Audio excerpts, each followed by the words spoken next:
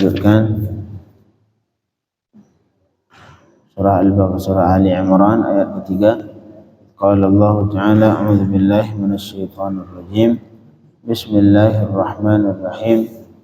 Nazzala 'alaikal kitaba bil haqq musaddiqan lima bayna yadayhi wa anzala at-taurata wal injil min qablu hudan lin-nasi wa anzala al-furqan innal ladzina kafaru bi ayatillah lahum 'adzabun syadid wallahu 'azizun dzuntiqam.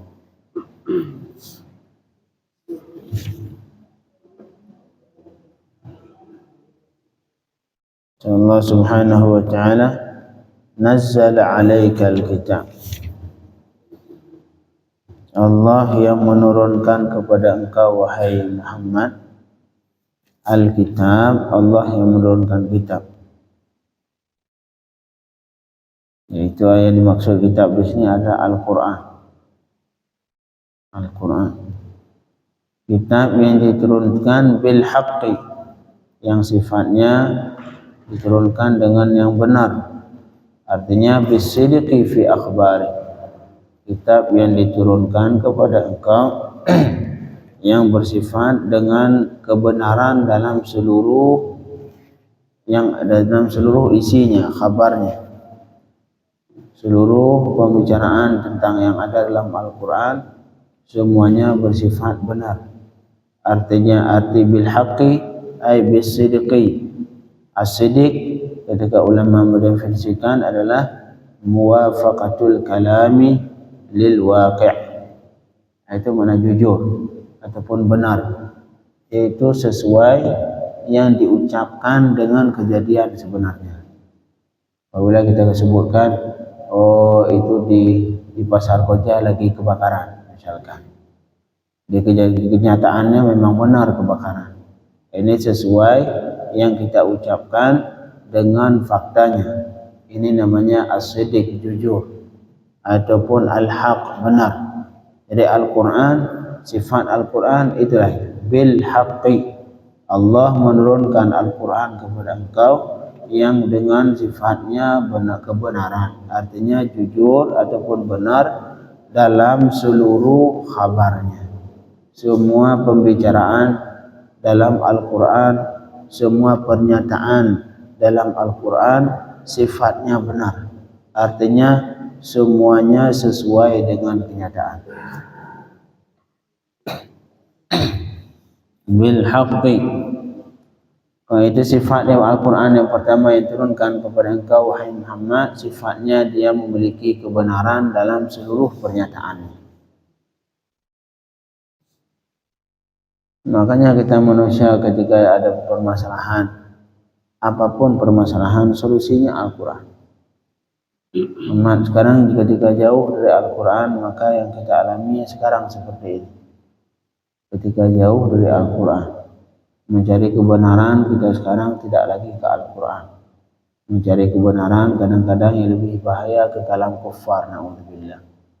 Buku kuffar, video yang dibikin sama orang kuffar, semua buku yang dikarang oleh orang kuffar, itulah yang kita jadikan sebagai referensi hidup.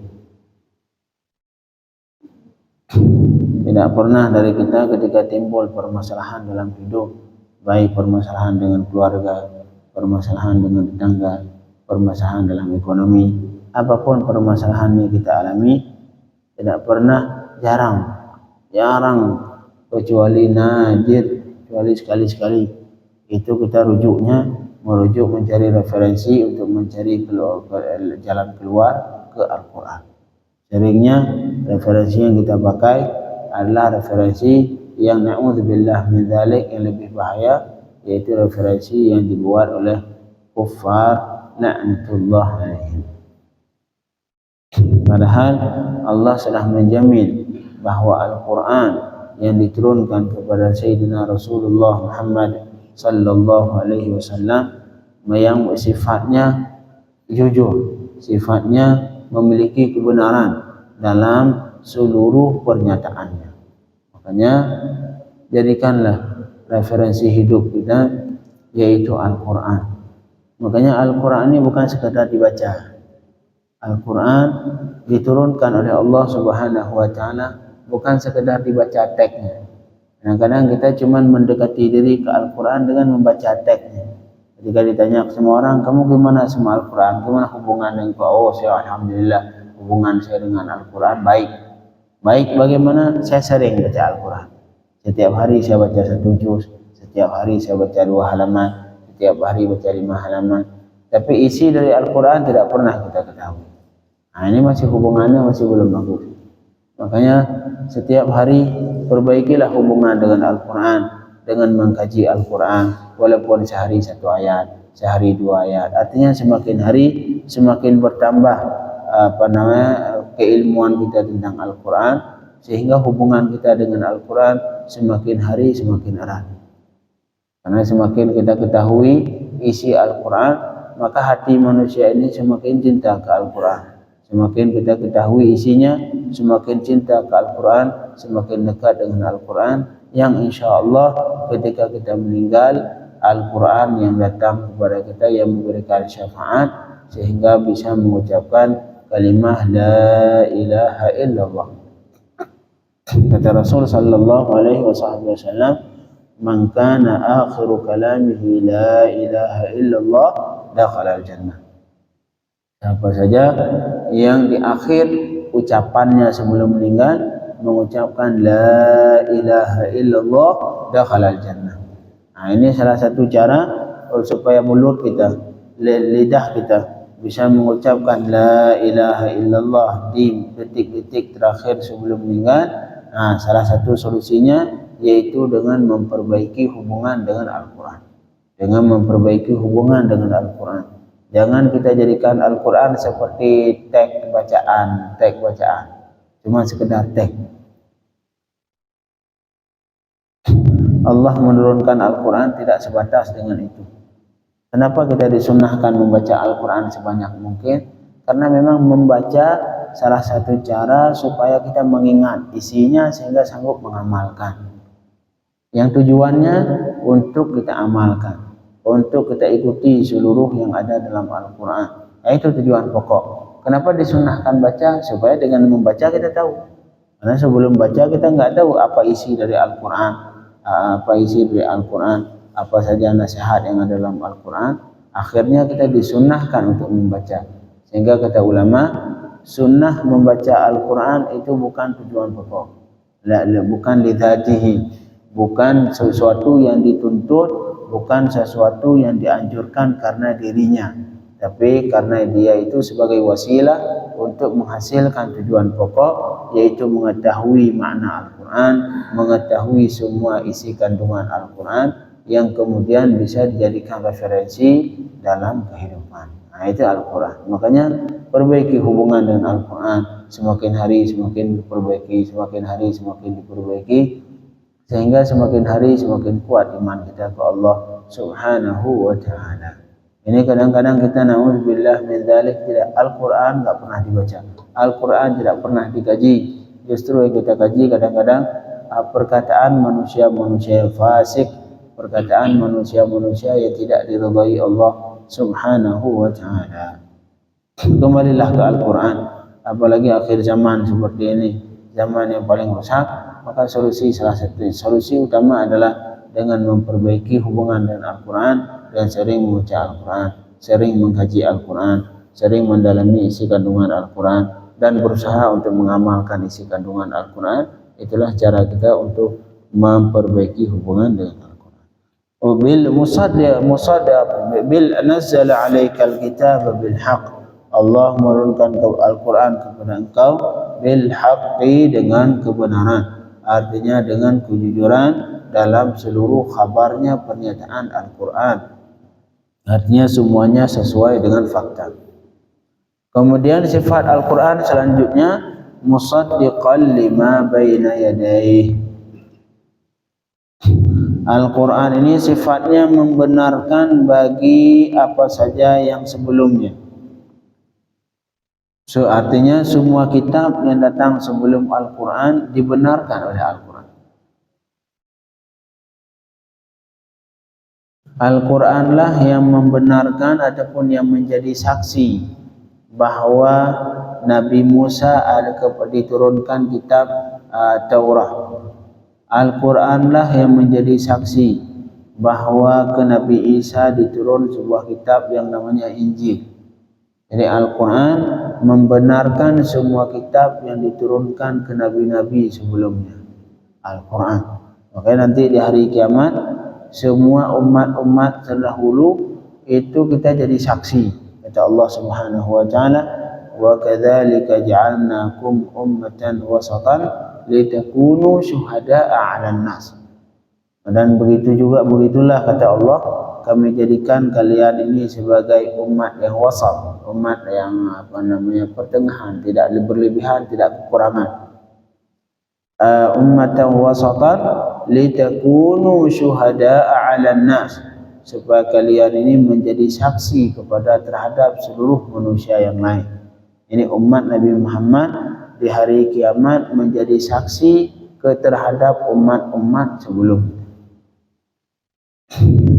Siapa yang menjadi saksi nanti di hari kiamat bahwa ke umat Nabi Musa diturunkan kitab Taurat? Siapa nanti dia di hari kiamat yang menjadi saksi bahwa ke Nabi Isa diturunkan kitab Injil? Itulah umat Nabi Muhammad.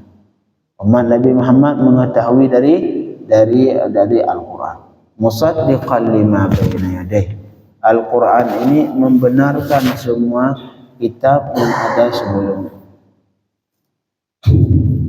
Tapi ketika membenarkan kitab sebelumnya bukan berarti bahwa syariat itu masih layak dilaksanakan sekarang, tidak. Ya, Al-Quran seolah-olah Al-Quran mengatakan misalkan ini Injil, itu semua isi Injil benar, semuanya bersumber dari Allah Subhanahu wa taala. Tapi Injil yang dimaksud adalah Injil yang benar, Injil yang asli. Yang dimaksud juga Taurat yang asli, yang belum terjadi sebelum terjadi tahrif, sebelum terjadi kotak-katik, baik dari segi lafadznya atau maknanya. Injil yang asli. Ini Al-Quran sebagai saksi yang bersaksi bahwa ada kitab yang diturunkan ke Nabi Musa yang namanya At-Taurat. Jadi Al-Quran ini seolah-olah membicarakan bahwa ini Taurat benar, ini Taurat diturunkan ke Nabi Musa, dan itu Taurat bersumber dari Allah Subhanahu wa taala. Kita sekarang tahu dari mana kalau At-Taurat itu benar-benar kitab yang diturunkan ke Nabi Musa, dan juga bahwa Nabi Isa juga diturun kitab yang namanya Injil? Dari Al-Quran. Al-Quran yang membenarkan. Dan tidak harus, seperti tadi kita sebutkan, tidak harus ketika Al-Quran membenarkan kitab Taurat, membenarkan bahwa Taurat ini juga bersumber dari Allah Subhanahu wa taala, tidak harus semua isi Taurat harus diamalkan sekarang, tidak. Misalkan ada peraturan dari pemerintah yang di tahun 1992, kemudian datang peraturan dalam kanun sekarang, oh itu peraturan yang tahun itu benar. Ketika dia mengatakan benar, belum tentu itu peraturan sampai sekarang harus diamalkan, tidak. Dia cuma mengatakan itu peraturan benar disahkan oleh DPR di tahun itu dan sudah diamalkan, tapi sekarang tidak diamalkan lagi. Karena bukan berarti yang benar di saat itu juga harus diamalkan sampai sekarang. Karena syariat ini seperti yang disebutkan oleh ulama bahwa syariat umat sebelum Nabi Muhammad semuanya mansukh, tidak diamalkan lagi. Semuanya mansukh. Semua syariat umat baik dari segi ibadatnya, dari segi amaliyahnya, semuanya mansukh dengan syariat Nabi Muhammad sallallahu alaihi wasallam, kecuali di sebagian masalah yang masih ditetapkan. Sebagian masalah yang masih ditetapkan dalam syariat Nabi Muhammad. Seperti qisas. Itu qisas di Bani Israel juga ada qisas. Kata Allah Subhanahu wa taala, "Wa katabna 'alaihim fiha anna an-nafsa bin-nafsi wal 'ayna bil-'ayni wal anfa bil-anfi wal udhuna bil-udhuna was sinna bis-sinni wal juruha qisas."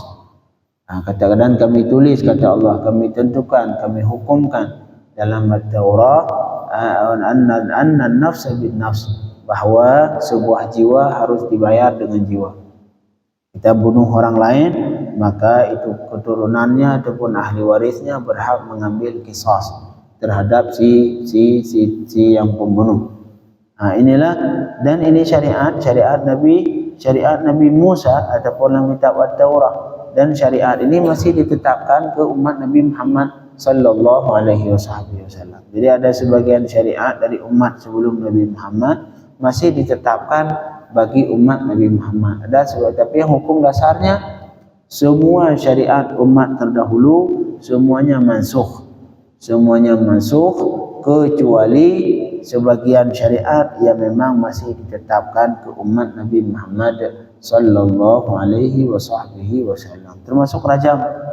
Rajam itu umat Bani Israel dalam kitab Taurat disebutkan kewajiban rajam.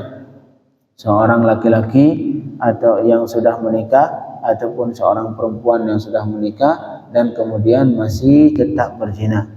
Nah, itu hukumannya dirajam. Dirajam, dilempar dengan batu-batu seukuran cukup dipegang dengan tangan, dilempar sampai meninggal. Nah, itu syariat dasarnya syariat Nabi Musa, dan masih ditetapkan sampai ke syariat Nabi Muhammad sallallahu alaihi wasallam. Jadi syariat umat terdahulu semuanya masuk dengan syariat Nabi Muhammad kecuali masalah-masalah yang memang masih ditetapkan dalam syariat Nabi Muhammad. Musaddiqan lima baina yadayhi. Al-Quran ini membenarkan bagi apa saja yang terjadi sebelumnya dari kitab-kitab sebelumnya. Al-Quran membenarkan adanya Taurat, Al-Quran yang membenarkan adanya Injil, Al-Quran yang membenarkan adanya Zabur. Kata Allah, wa ataina Dawuda Zabura, wa ataina Dawuda Zabura, dan kami berikan kepada Sayyidina Daud akan kitab Zabur. Kemudian Allah lanjutkan, wa anzalat Taurata wal Injil, dan Allah menurunkan kitab Taurat kepada Nabi Musa dan Al-Injil kepada Nabi Isa.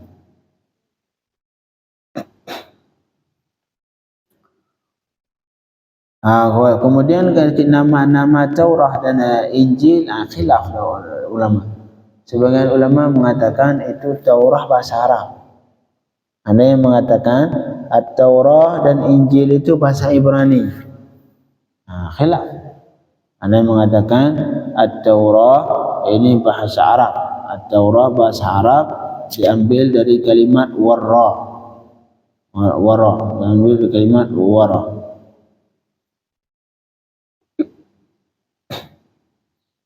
Warra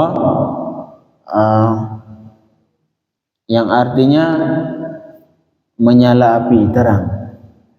Warra artinya terang. At-Taurah, kenapa dinamakan At-Taurah? Karena Taurah ini fungsinya untuk membawa keterangan. Membawa keterangan dari dasarnya kegelapan hingga terang. Akhirnya namanya Taurah. Sebagian ulama mengatakan bahwa itu, kalau yang ini menurut versi yang mengatakan bahwa Taurah itu adalah bahasa Arab. Bahasa Arab diambil dari kalimat wara yang artinya keluar api sehingga mengeluarkan cahaya. Jadi seperti seolah-olah Taurah membawa cahaya sehingga bisa menunjukkan manusia dari kegelapan ke cahaya yang terang. Sedangkan Injil,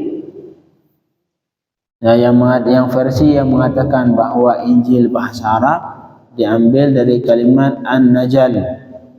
An-Najal Injil yang artinya At-Tawsi'ah, luas, artinya luas. Sehingga kalau orang yang matanya bulat, mata lebar ataupun luas matanya, seperti orang Arab, bukan kayak Cina sipit. Ini yang luas, mata yang bulat.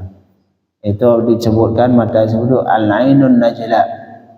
Jadi orang yang memiliki mata yang bulat besar itu namanya ainun najla, mata yang luas. Alasannya kenapa dinamakan Injil yang diambil dari kata-kata An-Najal yang bermakna luas, li'anna fihi tawsi'ah, karena dalam Injil terdapat sedikit kemudahan, keluasan yang tidak ada dalam Taurat. Karena kata Sayyidina Isa alaihi salam, Bismillahirrahmanirrahim, wa musaddiqan lima baina yadayya minat Taurat wa li uhilla lakum ba'dal ladzi hurrima alaikum. Ini kata Sayyidina Isa kepada kaumnya, wa musaddiqan lima baina yadayya minat Taurah. Saya hadir di sini, kata Sayyidina Isa, berfungsi untuk membenarkan kitab At-Taurah yang diturunkan kepada Nabi Musa. Kemudian fungsi saya yang kedua di sini, kata Sayyidina Isa diturunkan kitab Injil.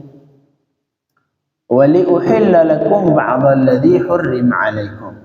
Saya ingin menghalalkan sebagian yang diharamkan kepada kalian. Jadi Sayyidina Isa, makanya disebut nama Injil. Injil kitab yang diturunkan kepada Sayyidina Isa, karena dalam Injil ada sedikit keluasan, ada sedikit kemudahan dibanding kitab Taurat. Karena Sayyidina Isa dengan kitab Injilnya, salah satu tujuannya untuk menghalalkan sebagian yang diharamkan ke Bani Israel. Banyak yang haram ke Bani Israel, malahan Bani Israel diharamkan Allahumma salli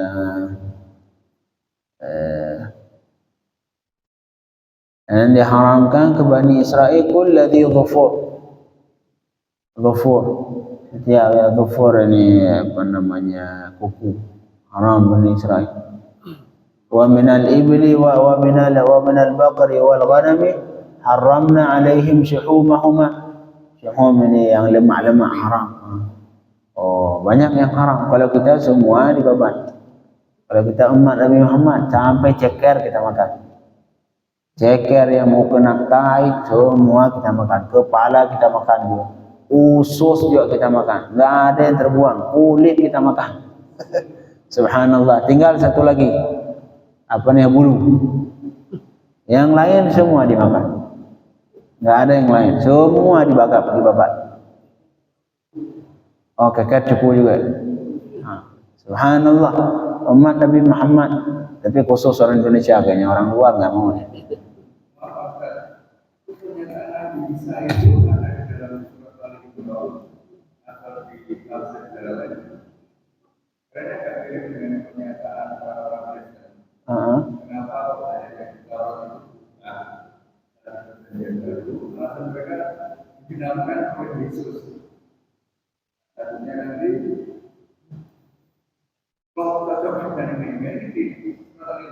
Itu dia, Allahumma salli ala sayyidina. Ya, surah Ali Imran.